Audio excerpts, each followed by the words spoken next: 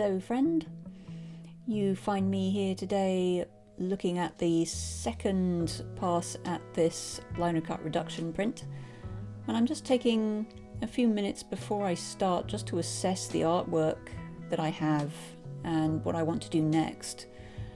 In the last video, as you can see, I cleared out the background, all the white space in the image, and carved out the highlights, all those finer areas here and there. But this is quite an intricate image, so I want to make sure at each stage that I definitely have a plan clear in my mind.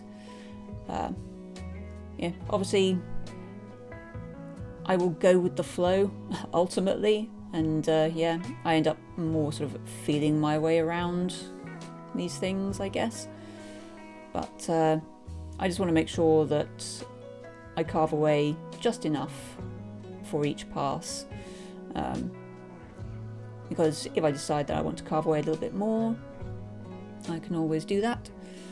However, if I suddenly find that I have carved away too much, yeah, there's no coming back from that, really. I'm stuck with it.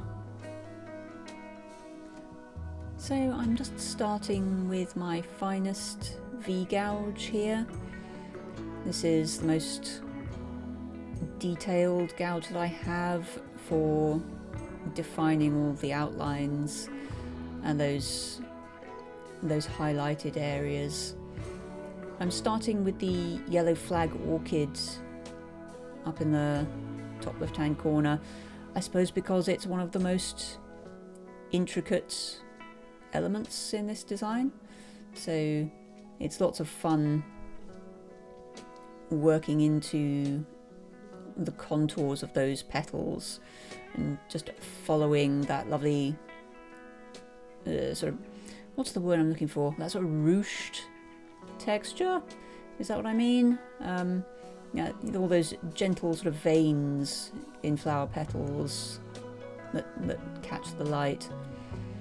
I'm also aware that this is one of the most challenging parts of this design to carve out, so I guess I'm jumping in at the deep end, and yeah, I just want to have fun with it, really.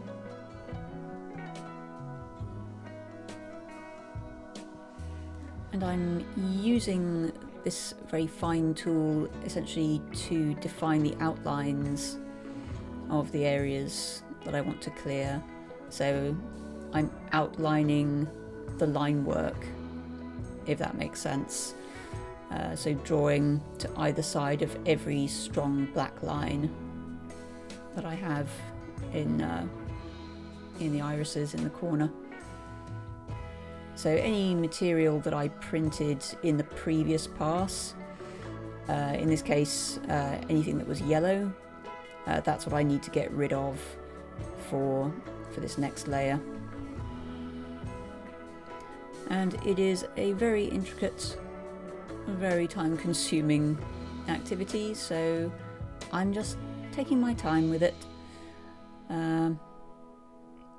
It's one of the most rewarding aspects of linocut printing, the fact that the process itself forces you to slow down in every possible sense.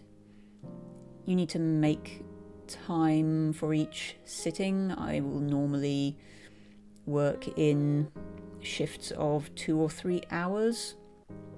I can't go for much longer than that because I need to get up and move around, and also as I'm carving, it does cause some wear and tear on my wrists and my joints, so I do need to give my fingers a rest after a couple of hours of this very fine work. I also need to give my brain a rest as well. It's easy to forget when you're in the flow working on a creative project just how demanding it is of your attention, and especially nowadays when we are all just, glued to our phone screens and tablets, laptops, everything else. Being able to hold your attention on something that is not a ghoulish glowing screen is quite a rare activity that once was very commonplace. And yes, I do realise the irony, if not outright hypocrisy, of talking about this stuff on a YouTube video that is also being beamed through a computer screen. But I hope that by sharing this process I can inspire you to try, if not linocut printing, then any kind of craft, anything that takes your fancy, that just occupies your mind and your hands in a way that's pleasing and meditative and just calming, I suppose. I'm sorry, I'm waffling a little bit about nothing in particular. But what I'm doing at the moment is just all those really fiddly bits in the dragonfly. Again, it's, apart from the yellow flag iris, the most challenging element to carve because it's got so many diaphanous little segments in those wings. And I don't want those wings to end up looking bright white, because dragonflies' wings are not like that. They're translucent, so there will be sort of areas of bright white highlights, but I want the yellow of the dragonfly's body and the green of those reeds behind it to really come through as well. So I'm trying to not go too crazy with my carving. And I'm just starting to bring in a larger V-gouge now as well, so that I can clear out some larger areas of colour from the yellow flag iris. And again, I'm working with the contours of the flower to try and get a three-dimensional quality to it. All those raised areas that remain will essentially be chatter, which I will use to my advantage, just as extra contours and points of interest in the finished image. But knowing that however careful I am, those areas of chatter will ultimately still be there, means it's doubly important to make sure that I'm working with the grain and the natural contours of everything that I'm carving. It's halfway between drawing and sculpture, really. And I'm being as precise as I can with these more delicate areas, but I'm also not giving myself too much of a hard time if I don't get a perfectly sharp edge here and there, because that's not really what I'm trying to achieve. I don't want this print to look like a drawing with some colour. I want it to look like a block print, and that means some of those tighter areas will be a little bit softer, and there will be areas of chatter that weren't in the original.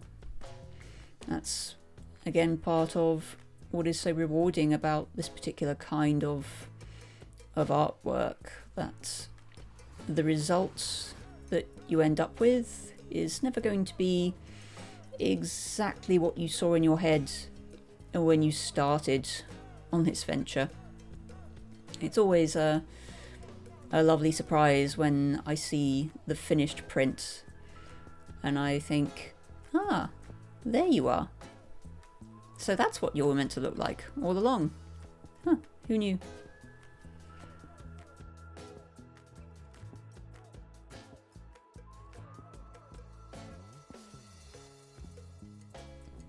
But this is all getting a little bit philosophical, and I should probably stick to talking about what I'm actually doing. And again, case in point, looking at the eyes on this dragonfly, I'd like there to be a little bit of texture, I suppose, in them, because dragonflies have these extraordinary compound eyes, and I can't hope to get all of that detail into a print this size. It's only going on an A4 sheet of paper, but anything I can do just to give that suggestion of complexity, I suppose, is what I'm aiming for here. But for the most part, as these shots demonstrate, it is a very slow process and a very considered process. And I do typically have something on the telly in the background whilst I'm working, just to have something to distract that other half of my brain whilst I'm working. But if I get too distracted, obviously, I can just make the odd mistake here and there. But that's okay. Mistakes are alright here and there. What's not alright, though, is not taking good care of your tools. So I'm just going to take some time at the end of this sitting. At this point, I will have been carving for a couple of hours, and my knuckles will be feeling the strain.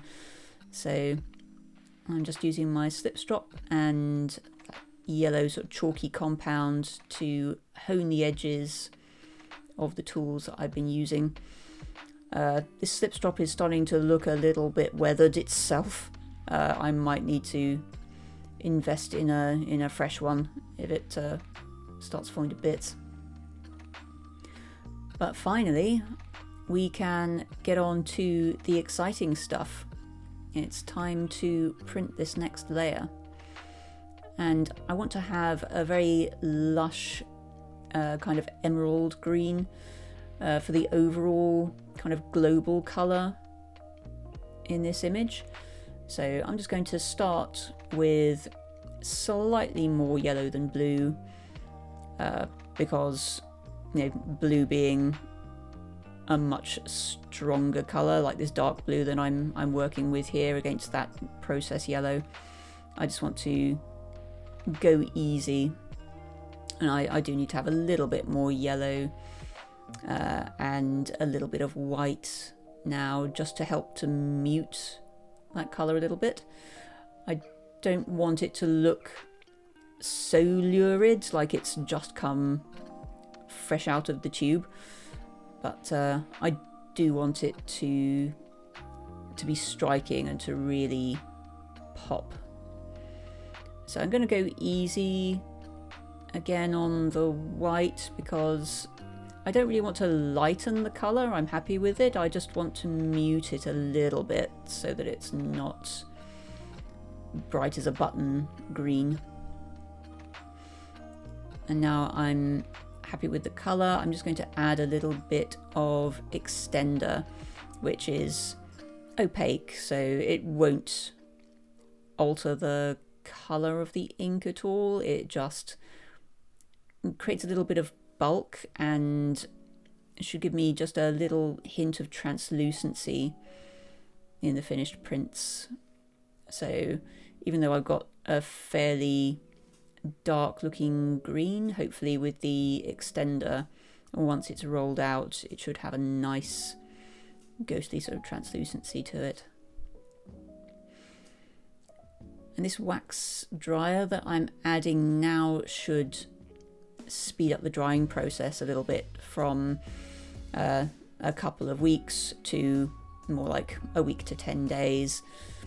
I'm only adding a tiny dab at a time though, and making sure that I mix it in very thoroughly, because uneven coverage and uneven drying times could be a bit of a nightmare in the finished article.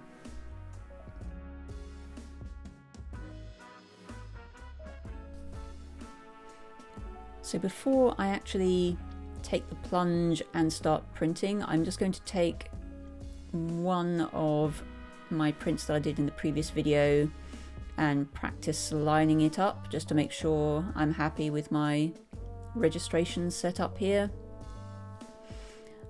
And I'm just going to start rolling out my ink with my rubber roller.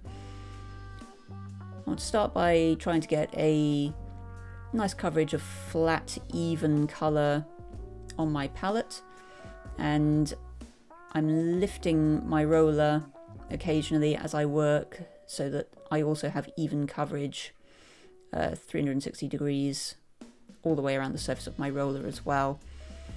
Once I start to hear a sort of sticky hiss as I'm rolling, that's generally a good sign that the ink is ready.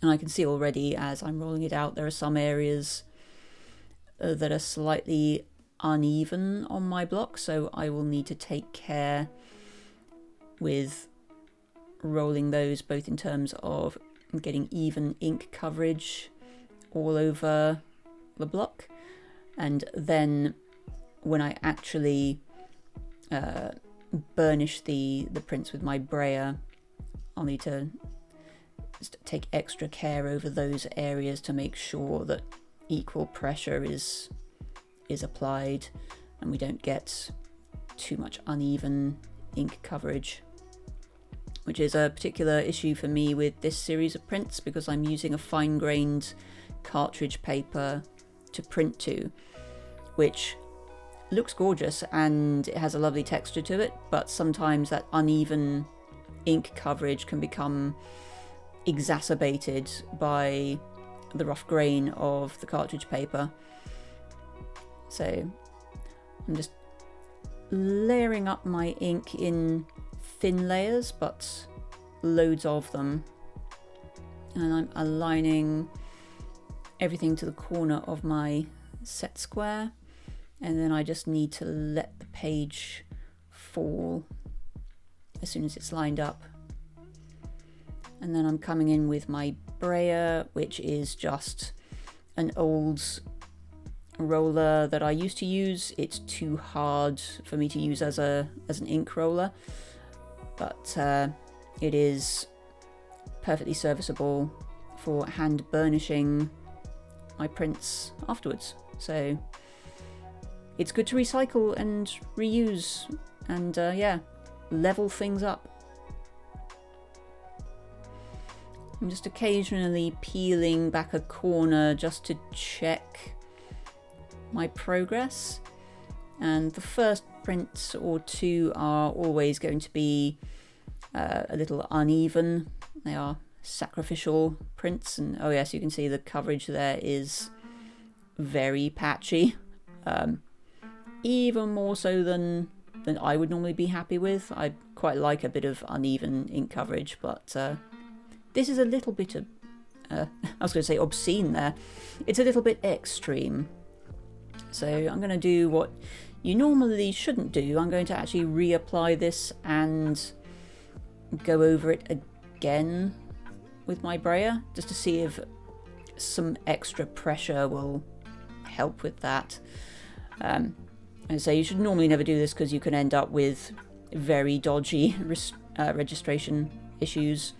But as I say, this is just a practice proof, so I'm okay with taking some risks. And I'm just going to continue layering up ink onto my block, because with every print that I do, that ink will become progressively more embedded, I suppose, in the lino, and I find after 2 or 3 passes my prints will become richer and more up to the standard that I'm looking for in a finished print. But yeah, unfortunately it's the nature of the beast that I just need to have 2 or 3 cracks at it to get it just right. And that is much better. That's exactly the coverage that I'm looking for. So now all I have to do is wash, rinse and repeat. Wash, rinse and repeat over and over about 20 odd times, I think, for this limited edition run of prints. Fortunately, as I say, I have carved out plenty of time for this. I've got my TV on in the background, and yeah, we're here for the long haul. Yeah, I'm much happier with the way these are going now.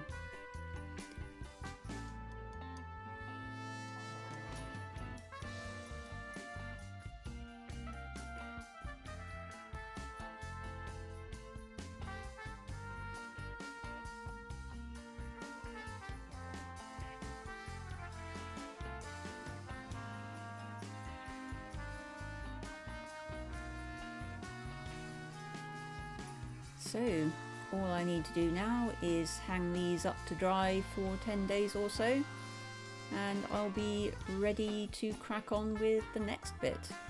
So thank you so much for spending time with me today. I hope to see you in the next video. Until then, take care.